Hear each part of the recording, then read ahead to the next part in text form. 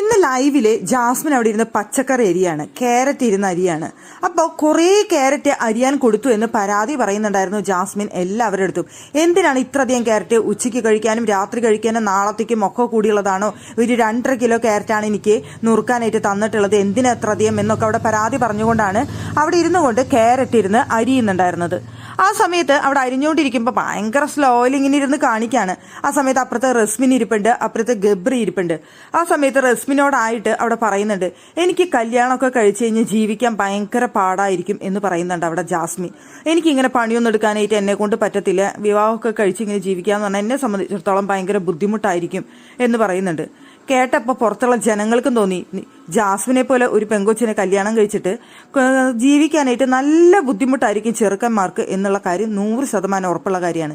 ഇനിയിപ്പോൾ ഗബ്രി കേൾക്കാനും ഗബ്രിയുടെ വീട്ടുകാർ കേൾക്കാനുമാണ് ജാസ്മിൻ അവിടെ ഇരുന്ന് ആ ഡയലോഗ് പറഞ്ഞതെങ്കിൽ ഗബ്രിയുടെ വീട്ടുകാർ ആ പരിസരത്തേക്ക് ജാസ്മിൻ അടുപ്പിക്കില്ല എന്നുള്ള കാര്യം 100% ഉറപ്പാണ്.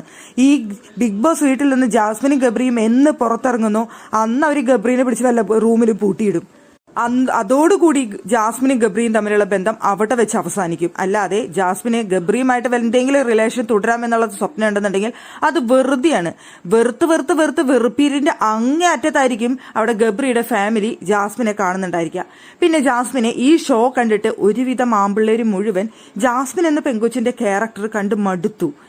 ഒരു ആങ്കൊച്ചിനെ പുറത്ത് വാക്ക് കൊടുത്തു, അകത്ത് വന്നിട്ട് വേറൊരു ആങ്കൊച്ചിന്റെ ഒപ്പം ഈ കോപ്രായങ്ങൾ കാണിക്കുന്നു, ഇതൊക്കെ കണ്ട് മടുത്തു.